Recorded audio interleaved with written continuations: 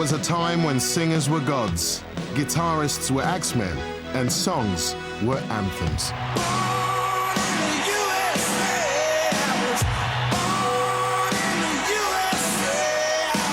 The soundtrack of the nation forged one stadium at a time. This is the story of the golden age of American rock told by the people who were there. In the 60s, American rock wanted to change the world. By the end of the 70s, it had been absorbed into the mainstream. Babe, I love you. Its rebellious spirit lost in a multi-billion-dollar industry. But the following decade, a new wave of rock bands would inject energy, sex, and excitement back into rock.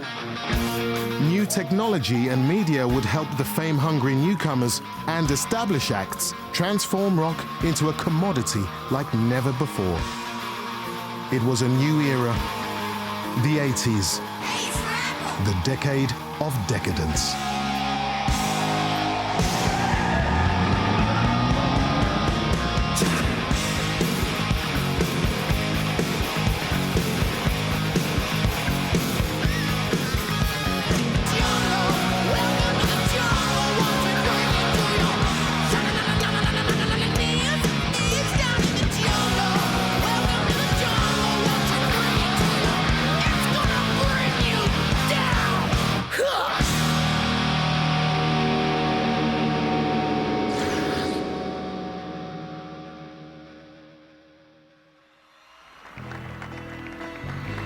In 1981, a new sheriff rode into Washington, vowing to lead America into a shining era of renewal.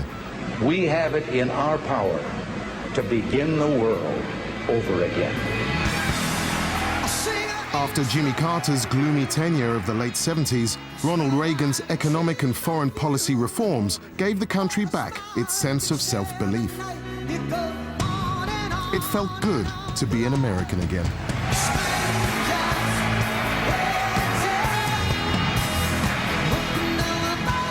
In that same year, REO Speedwagon, Styx, and Journey topped the charts with albums full of well-crafted melodic rock anthems.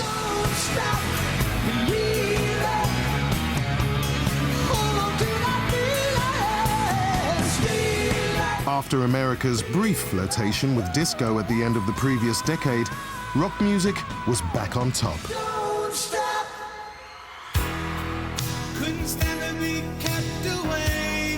But it was a safer, softer sound than the hard rockers like Kiss, Alice Cooper, and Aerosmith who had been so popular in the 70s. By the early 80s, commercial radio playlists ruled the music industry. Stations couldn't afford to risk losing listeners and advertising revenue by playing anything that sounded too edgy.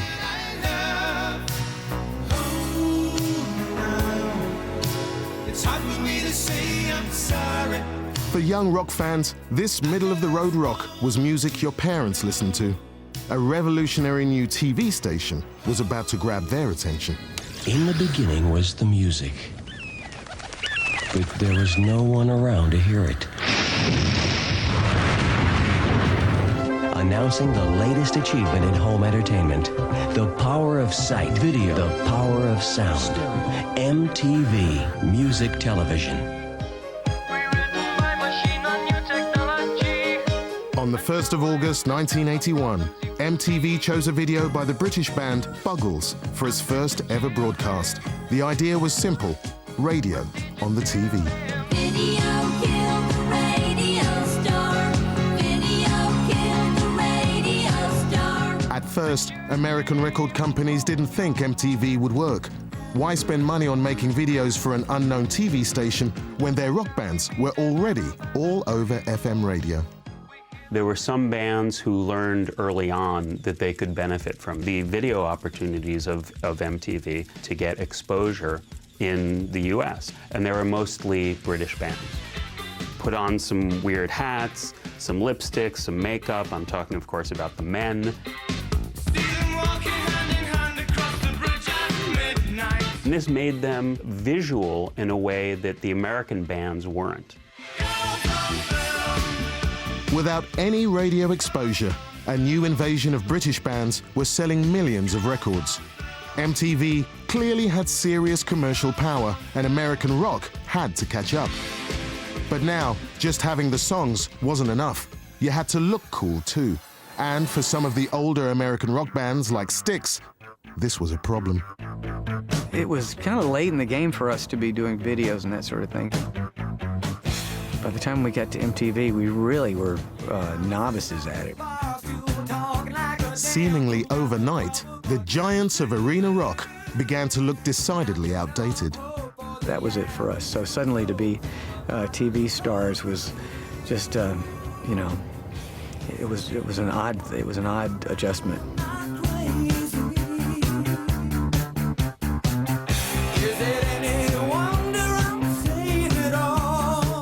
They had to start looking more modern. They had to start, the poodle hair started to disappear, and of course, suddenly they weren't wearing denim anymore. They'd turn up in a leather jacket. It was almost funny, you know, like you almost went... But she's so beautiful. That's when things got real ugly for us. We made some pretty silly videos. They were some of the most embarrassing moments that I can remember. When Duran Duran comes out, and they're all like, you know, male model, handsome, and then we show up and it's like, you know, how do you compete with that? How do you compete with John Taylor? The guy's beautiful, you know.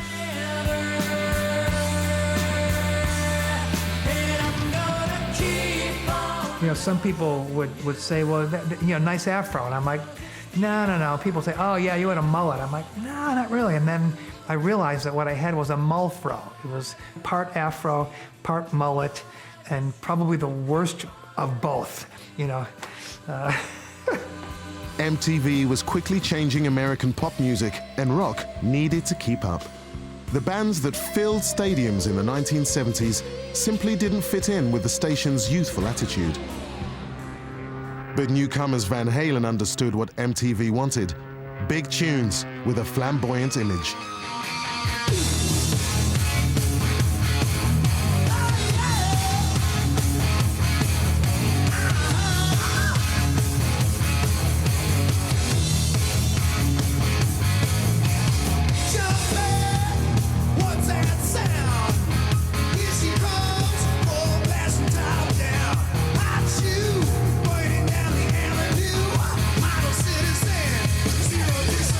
LA's Van Halen were one of the first 80s American hard rock bands to cross over to the mainstream.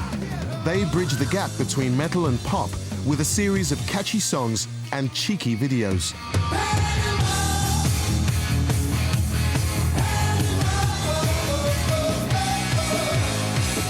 The music was a showcase for guitarist Eddie Van Halen's fast and wildly inventive playing style.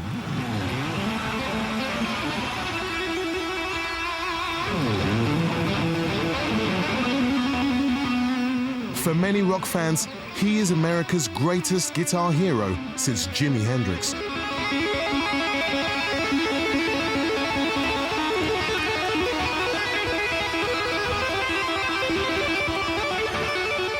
Eddie came out, and I was obviously incredibly bitchin' guitar playing. Every single guitar player that came out after 1979, 1980, all played a hybrid version of Eddie Van Halen. But it wasn't just about technical ability. This was rockers' entertainment, evoking the explosive energy of older American rock acts like Aerosmith and Kiss.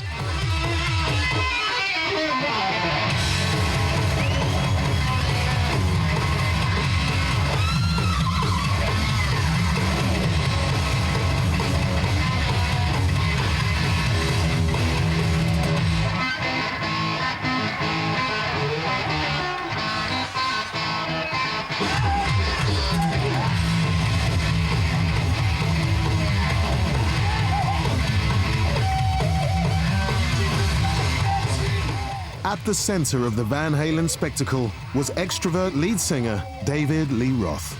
Dave Roth was the epitome of the American singer. No question about it. I mean, he was all over that stage. He was flamboyant, he was in your face, he was charismatic. No, I'm actually a very family-oriented kind of guy. personally started 3 or 4 since January. He was hysterical. He was like a singing used car salesman, you know, where he would sing pretty much about anything and try to sell you on it. And it was great.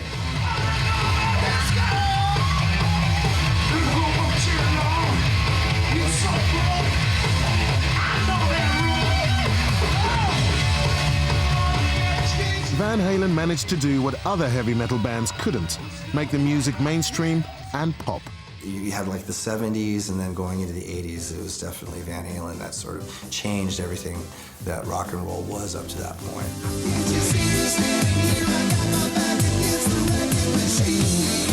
By 1983, they were already MTV stars and had released 4 top 10 albums.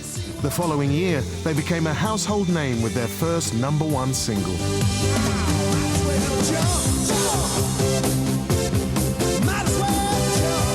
They had created the blueprint for a new American rock sound that would eventually take over the 1980s. But for now, on the other side of the country, one rock star was outselling everybody. Cover me, baby. By the early 80s, New Jersey boy Bruce Springsteen was already an international superstar, producing a barroom rock that struck right at the heart of blue-collar America. Certain something about this one person that makes people wait outside record stores at 7 o'clock in the morning. Bruce saved my life. I mean, during periods when I was really depressed, he inspired me. The times are tough now, they're just getting tougher, yeah, this whole world is rough, it's just getting rougher, cover me. Come on, baby, cover me. Bruce was a one-of-a-kind live performer. You know, he's a preacher. He's a preacher with a guitar.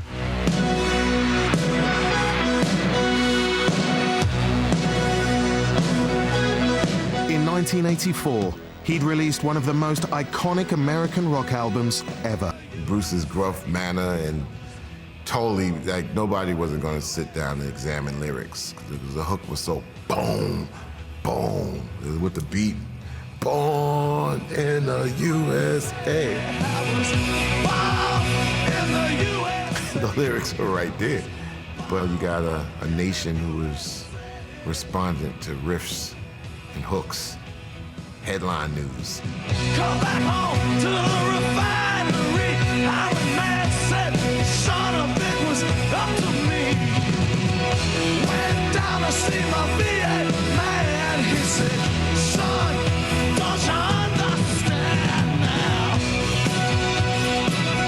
now? Ronald Reagan didn't pay much attention to the lyrics either. Campaigning for his re-election, the song seemed like the perfect soundtrack to the president's nationalistic tub thumping. What is it about? It's about a guy who's born in the USA and comes back with a much dirtier deal than he had when he left. It's not patriotic. It's about a broken system. The Great Communicator completely misread one of the greatest rock and roll songs ever written. In 1984, Reagan won his second term by a landslide. The nation seemingly united by a recovering economy and an undercurrent of anti-Soviet sentiment. The president had reignited the Cold War, the anti-communist feelings even reflected in popular culture. Today, the Soviet Union has officially entered professional boxing. This is not just an exhibition fight. This is us against them. I must break you.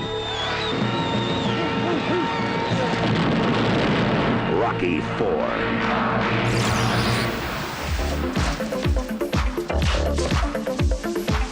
That same year, American pop exploded with superstars. MTV was at the center of that success. The New York-based television station was a national sensation with millions of teenagers glued to their screens.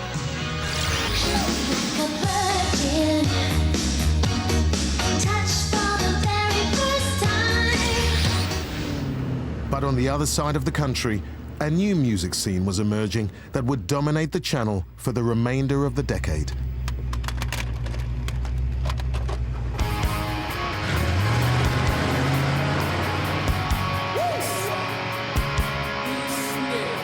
In Los Angeles, a group of musicians were using Van Halen as their blueprint to create a new rock movement.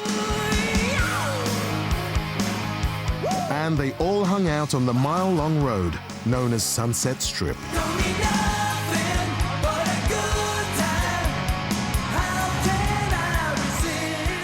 The LA scene was electric.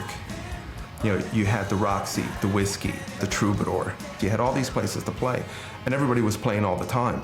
You went out every single night of the week. The Strip was literally, you couldn't walk down the sidewalk because it was so crowded. The early 1980s Los Angeles music craze was hardcore punk. The emerging rock scene couldn't have been any more different. While punks dressed down, the metalers took the 70s fashion of the New York Dolls and British glam to a ridiculous new level.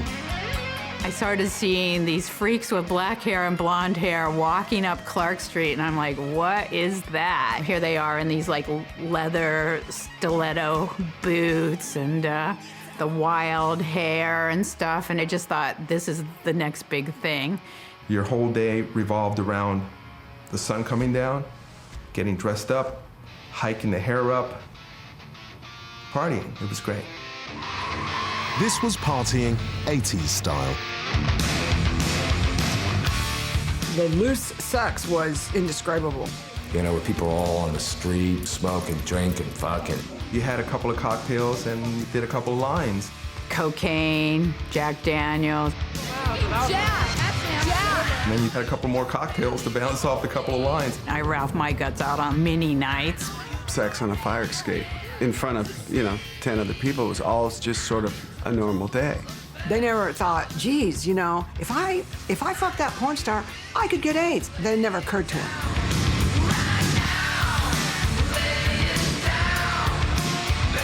MTV was on the lookout for a new music trend to expand their growing audience. With its outrageous look and sound, the LA rock scene was perfect. By the early 80s, Sunset Strip bands started to feature on the channel's playlist. The most requested video was by Quiet Riot.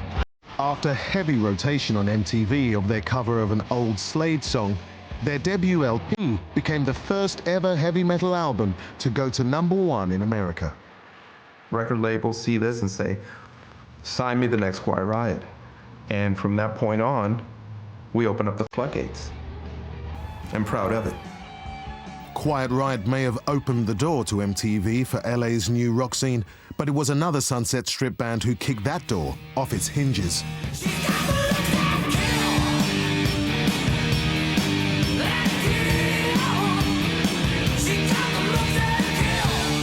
Indulgent, decadent perverts.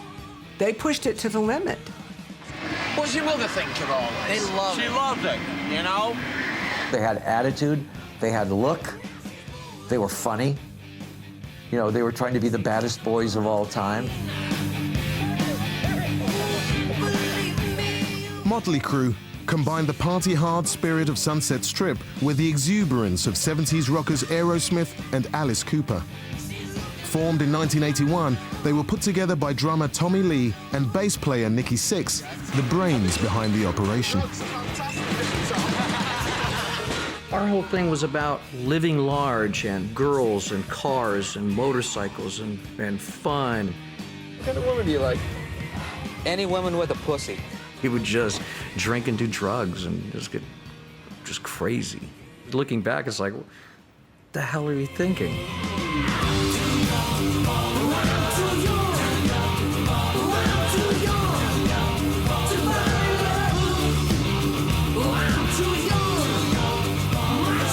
They really hit the big time after signing with the management of their heroes, Kiss. They ditched their early satanic flirtation, ramped up the glam, and made each gig a theatrical event. We started messing around with pyrotechnics, and we didn't know anything about it. We got this pyro gel, and we would just smear it on Nicky and practice lighting him on fire. What was born again was showbiz again. They rehearsed the show. They spent money on the show. It was a big show, and I thought that was healthy. Like Alice Cooper before them, their showbiz approach to rock music was strikingly visual. It translated perfectly to MTV.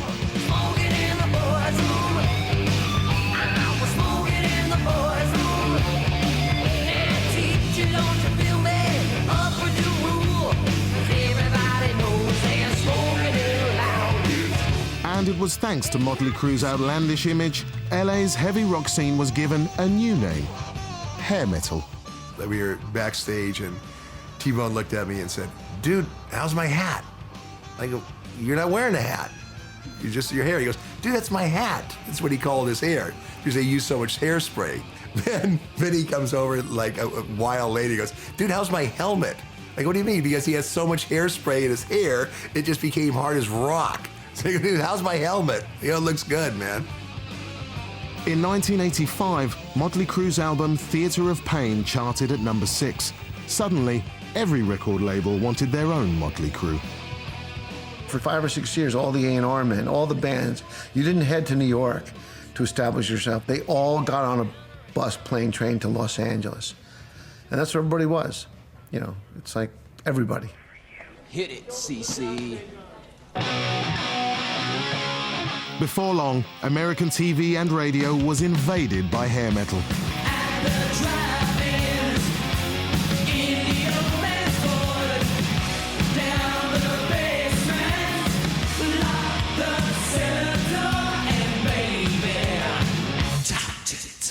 MTV made bands like Rat, Twisted Sister, Cinderella, and Poison household names.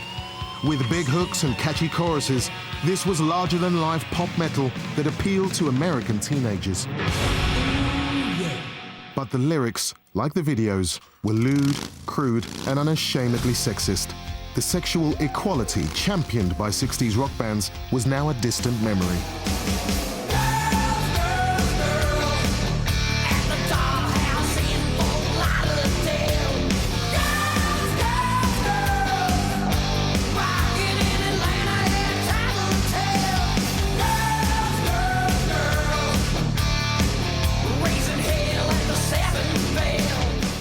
How's women portrayed in them as bimbos, of course. I mean, that was their role in that. Everybody had identical boobs from identical doctors, you know. It wasn't that good, but it was very much in keeping with the 80s, that narcissism. I could not believe the moment, I can remember the moment sitting in my living room and watching MTV and Girls comes on, Motley Crue. And they're all these strippers. I couldn't believe it. It's like, okay, that's it. You know, you've gone the limit now. It was a similar story of sexual discrimination behind the scenes. I think at that point in time, men wanted to reduce women back to barefoot and pregnant if possible, and there weren't a lot of women in the music industry at that point in time either. I mean, you know, there was myself and like a handful of other women. You know, I'd be managing a band that was like on the rise, and the record company president or the A&R person who wanted to sign the band would like whisper in the band's ear, "Well, we'll sign you and we'll get you a real manager," because, you know, I was a woman. Not only was hair metal sexist, but it completely ignored the social and political climate of the 1980s. While America wrestled with big issues like the Cold War, the economy, and AIDS, all the rock bands cared about was partying. Our shit was about having a good time. You know, I never wanted to get deep. We kind of kept tongue-in-cheek. I mean, you gotta remember, I came from the Van Halen thing. We were just trying to be, hey, let's party and fuck and have a good time, you know? Back at MTV's headquarters in New York, many of the hip, young staff found hair metal decidedly crass and uncool. Every time MTV took metal off the air, the ratings went down. So for a long time, they were stuck. They were reluctantly stuck with metal because it made them so much money. Hair metal's popularity was such that several of America's older rock acts ended up tweaking their image and songs in an attempt to cash in on the new rock craze. Could we be taken seriously? You're damn right we could. 50 million fans can't be wrong. Folks at home, take us seriously, but take us. Hard rock heroes Kiss went for the complete makeover. Out went their trademark face paint, and in came a hair metal fashion catastrophe. So why did you take the makeup off? You do something too long and you wind up being a caricature of yourself. You wind up being a copy of yourself. I always figure that, you know, life's like a one-way trip, so you might as well dress for a good time. So, you know. As you can tell, he's really dressed today. And this is the best way to have fun.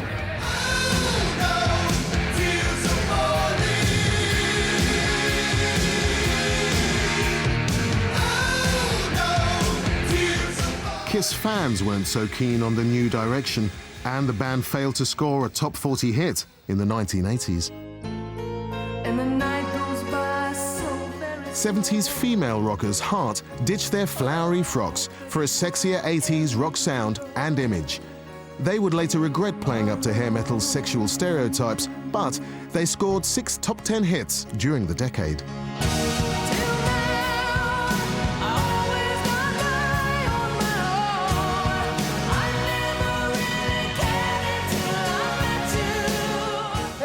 This is a rock and roll museum. You guys don't belong in here. I'm the king of rock. There ain't none higher. Another 70s faded rock giant used a different means to make a comeback. By 1986, hip-hop had established itself as a serious threat to rock's crown as America's leading popular music. Got the right to vote and we'll elect, and other rappers can't stand us, but give us respect.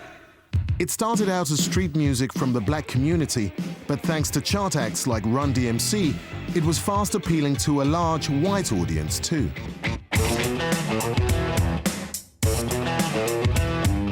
And it was via rap music that Aerosmith made their return. Their collaboration with Run DMC catapulted them from a drug-induced exile back into the top 10.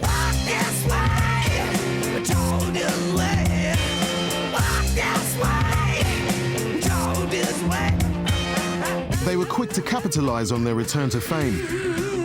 With help from songwriter Desmond Child, they were able to create their own successful style of 80s American rock.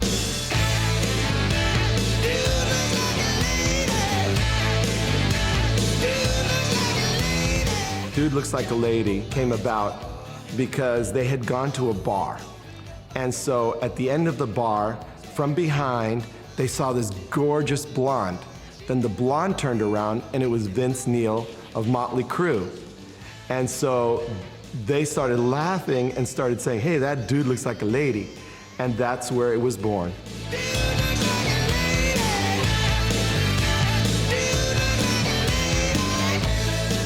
Similar to the hair metal sound, Dude Looks Like a Lady epitomized 80s American rock production. Just like the fashion and the hooks, it was about making everything bigger.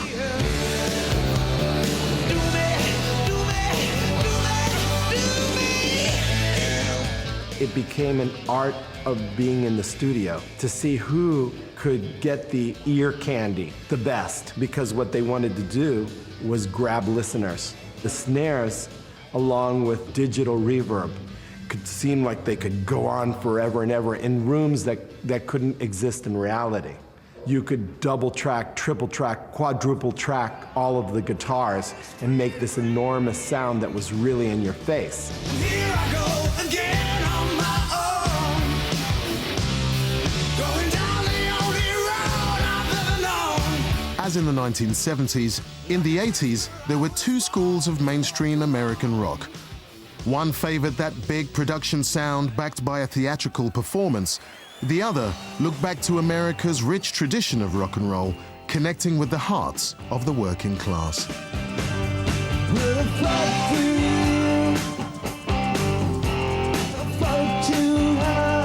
By the early 1980s, Tom Petty had gone from a cult Heartland hero to a star of FM radio. With his blend of post-Beatles riffs and streetwise 50s pop romanticism, he crashed the top 10 with albums like Hard Promises and Long After Dark. It set him on course to becoming one of America's most loved rock stars.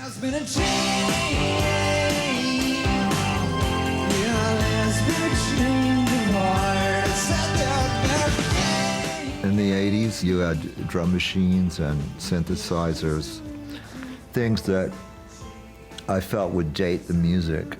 I tried to avoid that and keep the music organic.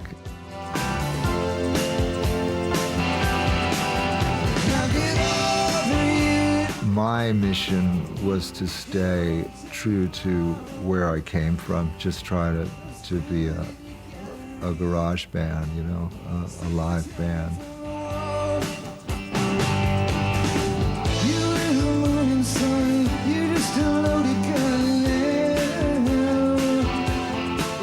It wasn't just the vintage sound of American rock Petty preferred. Tom saw the economic climate of the 60s as a fairer time for the rock fan. Rock and roll was so great because it was a 99-cent enterprise, you know? Like, anybody could go get that record they heard on the radio. But once, like, when you started seeing, especially like the CD, you know, it was becoming $13, $14. People couldn't pay that. In the 1970s, sales of rock music had made billions for record companies. In the 80s, when Reaganomics inspired aggressive profiteering, the major labels proposed a $1 increase on chart albums. Tom Petty refused to comply. He was fighting greed and stupidity. Basically, record companies wanted more for less. And Petty was telling them, no, we charge a fair price. I don't want to squeeze it out of the people who are buying it. Because he was a guy who bought records. You know, he'd be squeezing it out of people that he used to know. And I think there's a nobility to that.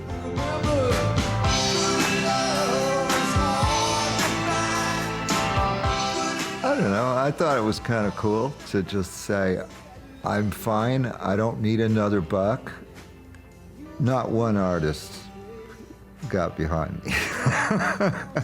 Despite his battle with the music industry, thanks to an appearance at Live Aid and a series of successful albums, in the 1980s, Tom became one of the most famous rock acts in the world. His bittersweet lyrics were inventively portrayed in a series of creative videos far removed from the vulgarity of hair metal's sexual imagery. Rock it's a blue-collar music. We've had a lot of acceptance among the more working class people, I suppose, and that's rewarding, you know, because that's where I came from, and I would be very disappointed if it was only the kind of young Republican set that liked our music.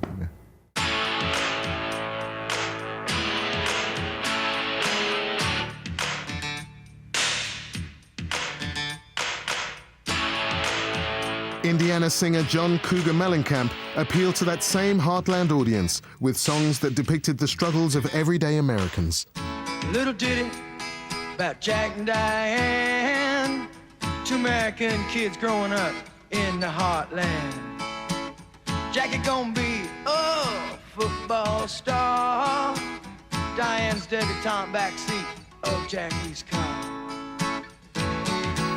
His most significant work was 1985's album Scarecrow, a damning critique of the American farming industry's collapse. Having grown up around Indiana farmland, it was a subject close to his heart. Scarecrow came from, as he called it, table talk, you know, sitting around the dinner table with members of his family. Wooden cross, Blackwood and the barn, 400 empty acres used to be my farm.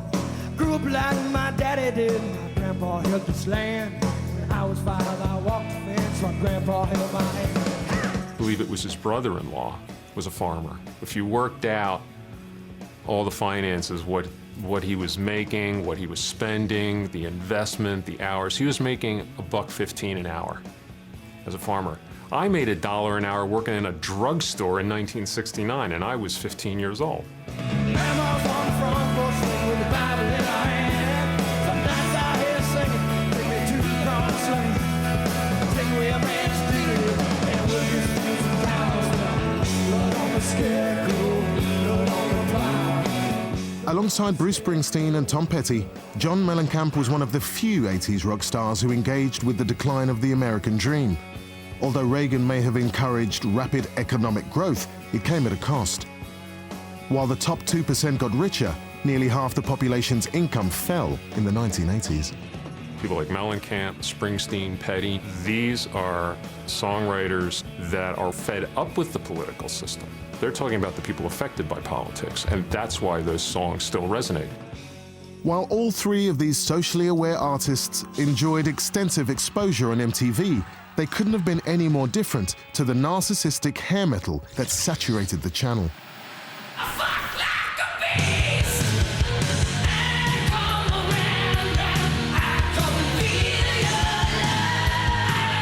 I thought that hairband stuff was just the absolute lowest point I had ever seen rock get to. I thought they really humiliated women to a great extent. I didn't like that. Hair metal was offending a high-profile group of American mothers too. The music is exciting, the singers idolized by millions. But many of the fans are young and impressionable. And some of the lyrics, according to an influential group of American mothers, should not be falling on youthful ears. Over his 2 terms, one of Ronald Reagan's presidential drives was a return to the morals and standards of 1950s America. As part of this cultural cleanup, a group of senators' wives formed the Parents Music Resource Center in 1985. Led by Al Gore's wife, Tipper, its remit was to rid American rock of sex, drugs, and violence. This group, Motley Crue, has a song on this album. It's entitled Live Wire. Quote, I'll either break her face or take down her legs, get my ways at will, go for the throat, never let loose, going in for the kill. The sexual lyrics are very, very explicit at this point. In fact, I'm embarrassed to tell you some of them. Many of the hair metal bands were on the organization's hit list. The PMRC demanded record labels give albums age restrictions and even drop artists deemed offensive. The musicians were outraged, but did the PMRC have a point? That was the era that women were treated the worst, you know, in the 80s. The sexism really was the most obvious. So, yeah, looking back, I think Tipper might have had a point. But I don't know, just from a, you know, street rocker point of view, I don't really relate to those people, you know? In the end, the American recording industry agreed to slap advisory labels on albums that contained explicit content. It didn't have quite the desired effect. Well, as a kid, you're gonna go, that's the one I'm gonna buy. And so album sales, you know, went up like 100% in sales just because of those stickers. New Jersey! New Jersey! New Jersey! Yeah! While the PMRC battled with the seedier side of pop, a New Jersey band with a clean-cut image was set to take over the world with the perfect American rock package.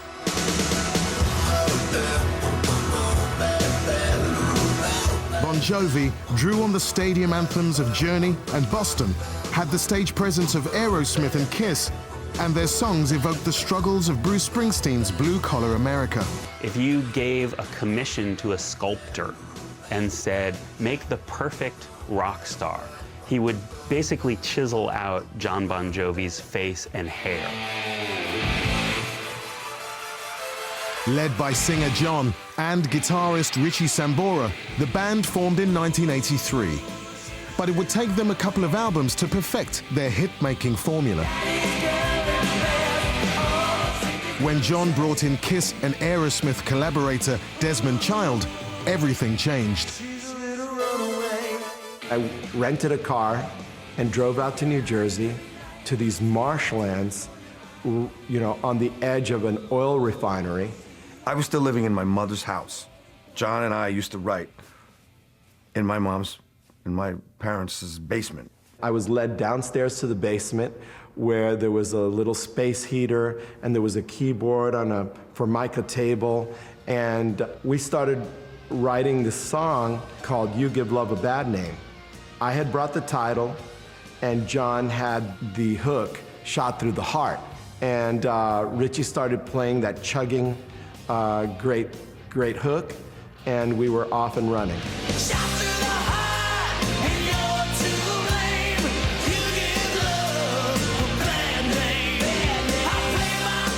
With co-writer Desmond on board, Bon Jovi's next album made them superstars. Just like the stadium rockers of the 70s, their sing-along anthems worked as well on stage as they did on a car stereo or a bar jukebox. Songs like Living on a Prayer, You Could Love a Bad Name, strike a chord in the working class. And it's the kind of music they want to, rock to on the weekends. In 1987, while America grappled with the New York stock market crash, Slippery When Wet was the biggest-selling album. The song's lyrics recalling better times. What we were doing was going back to our prom days in high school. And I guess by accident, that was romantic.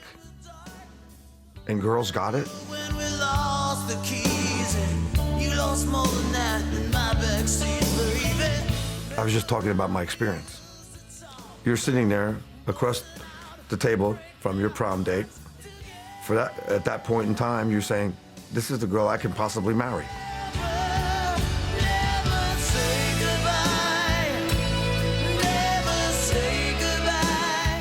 What we captured, it was everybody's life experience.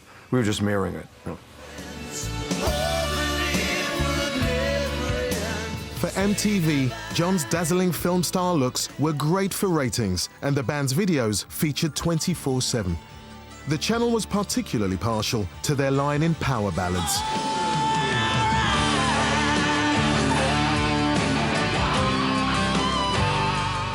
There had been a tradition in the music of Queen and, of course, the Beatles and Paul McCartney. Songs like, Long and Winding Road. They were emotionally very big songs. When the metal bands got a hold of that style, then they amped it up, and that's what became the power ballad. Power ballads were an 80s American phenomenon, a chance for our grizzled rockers to show their more vulnerable side and sell a whole load of records to soccer mums as well as teenage fans. They all followed the same formula: acoustic guitars, soaring melodies, rousing choruses, and epic guitar solos.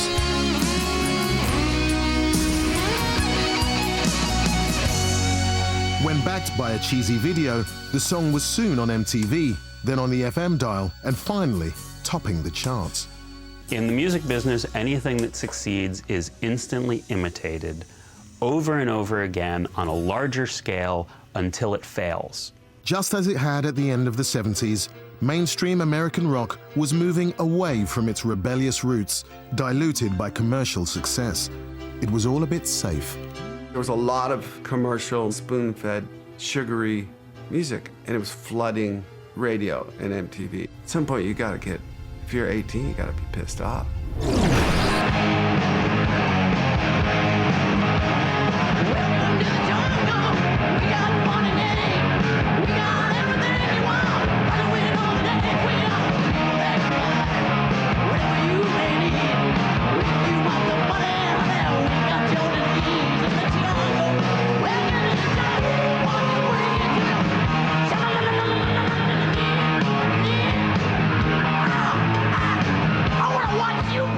For rebellious teens, Guns N' Roses were the ultimate American rock band.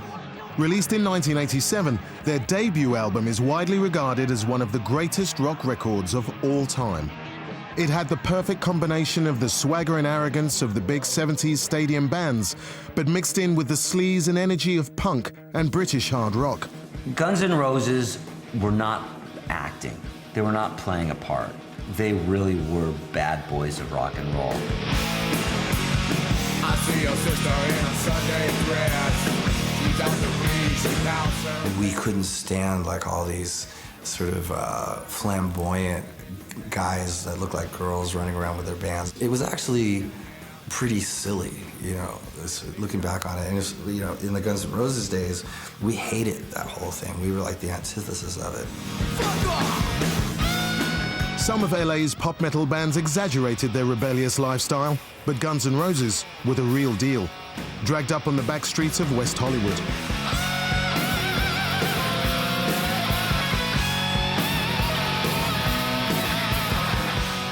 We lived in like this dark underbelly of the real Hollywood, drugs and dealers and guns. That informed us a lot more than Sunset Strip did, or spandex pants.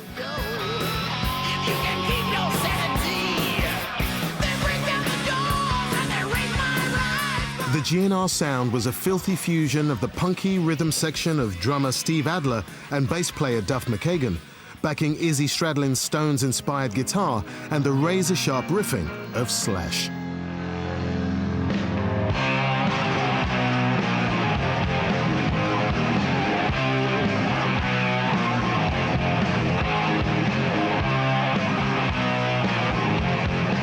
But the furious focus of the band was their temperamental lead singer, Axl Rose.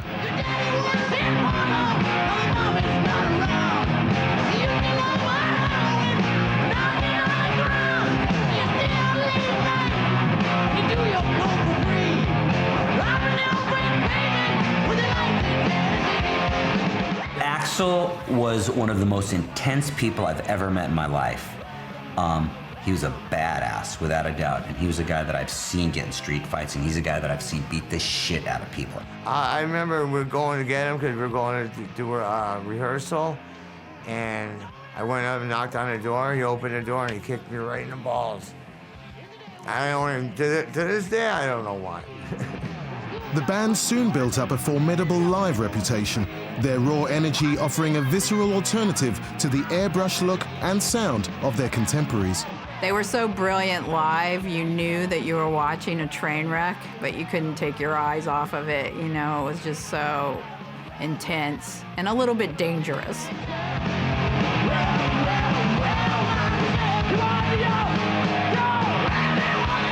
With highly explicit lyrics about prostitution, heroin addiction, and running from the police, for nearly a year, their debut album struggled to get any mainstream exposure. But their second single, A Tender Love Song, had just the right commercial appeal to dominate the American airwaves.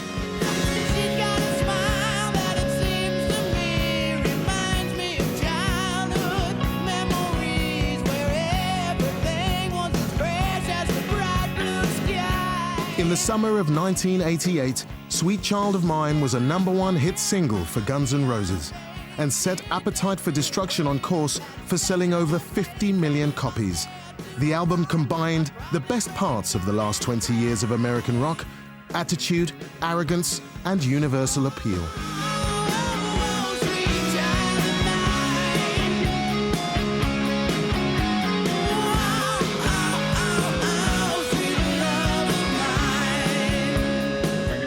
It's a great record because everything in their lives as errant young men into this strangely cohesive band of musicians and singers and writers, it was all building up to that record. The performances are incredible, the production's great, and they could play it. You know, I saw them on their first national tour and they killed it. Appetite for Destruction is one of the greatest rock and roll records ever. And those type of records that have swearing in it and have controversial topics don't get that big. They're not supposed to because it's not vanilla, but they did. The Reagan years were big and huge and scary, and there was the Cold War, and there was all this stuff. And because there was recession, there was more crime, and there was drugs everywhere, and we weren't the only ones living like this. You know, we were just sort of, turns out, a mouthpiece for a lot of people like us. Shed a tear 'cause I'm missing you. I'm still alright to smile. Girl, I think about you. The band quickly followed up Appetite for Destruction with the semi-acoustic album, Lies. It sold 5 million copies in the United States alone, and by the end of the decade, they were the biggest rock act in the world. All we need is just a little patience. But fame came at a cost. I started getting into the heroin. And it just took over. It'll take over your life. No matter how great you have it, how much you appreciate what you have, If you're doing that, it's going to take complete control of your life.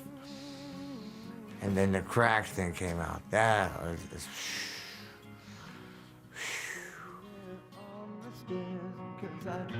In 1990, Steven Adler was fired from Guns N' Roses for his continual substance abuse, from which he would later suffer a serious stroke.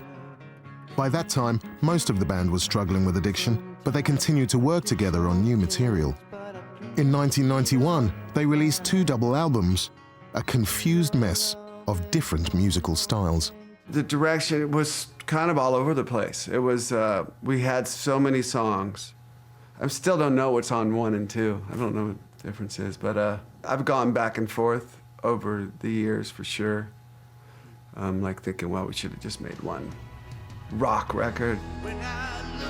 You're churning out money for a lot of different entities, for promoters, for agents, for record companies, for whatever else. And you get, whether you can be as anti-establishment as you want, but if your band is huge and you're touring and you're out there, things just happen. As 80s rock staggered on into the 90s, it followed a familiar pattern that had begun back in the 70s. It didn't matter how radical you started out, rock music was such big business that the corporate side eventually took over any rebellious spirit. Back on the Sunset Strip, a decade of decadence had finally caught up with the hair metal bands too. Serious addiction problems had ended several careers, while the AIDS pandemic put an end to their penchant for the promiscuous. So help me God. As Reagan's reign came to an end, America was changing too. The Cold War may have thawed, but as the world's leading superpower moved into the 1990s, the country struggled with both high unemployment and inflation. Once the United States entered the Gulf War, oil prices rocketed. Suddenly, the carefree partying of 80s rock had lost its charm.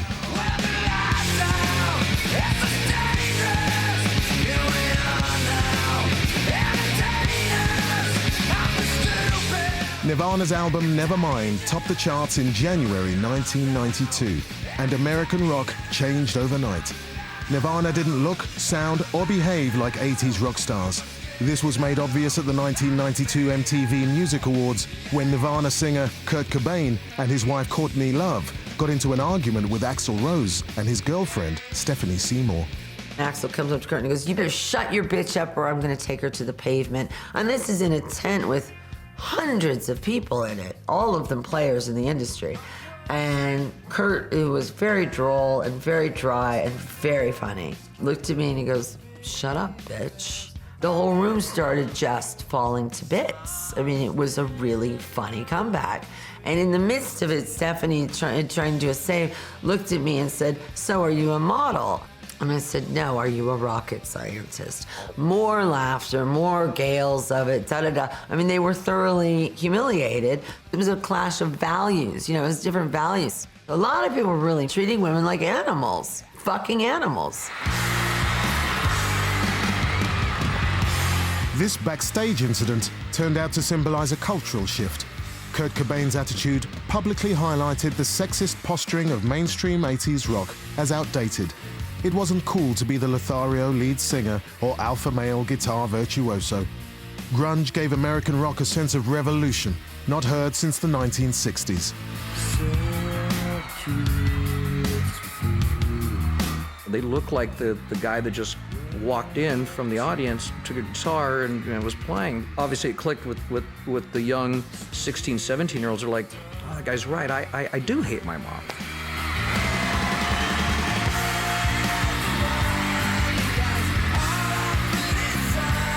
Kurt Cobain came and mowed them down like wheat before the sickle, Gone. And you saw what was left of those hair guys trying to get into plaid shirts and look a little less, sprayed up because they were done for. Which is a good, if that can happen to you, you're doing the wrong thing. You must think first, right, Vincent? Raw, I'ma give it to you with no trivia. Roll like cocaine straight from Bolivia. My hip hop will rock and shock the nation like the emancipation. In the end, it wasn't grunge that replaced the golden age of rock, it was the golden age of rap. In the 20 years since, it's hip-hop that's been providing American kids with the big, outrageous personalities that rock once provided in the 60s, 70s, and 80s. I think the last major seismic eruption in rock was probably Nirvana, period.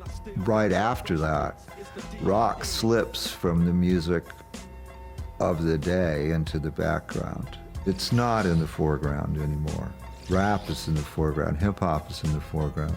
And then you had young people coming up who identified with that music, and rightfully so, it became the music of the day for them. Today, classic American rock is a heritage industry. Artists like Styx, REO Speedwagon, and Ted Nugent regularly tour the length and breadth of America, playing to packed-out arenas.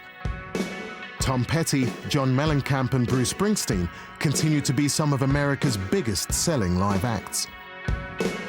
And Kiss and Motley Crue regularly sell out concerts on their own cruise ships. With America, everything is about getting away from life's everyday little nonsense. And everything was about a party and a good time and making everything an event.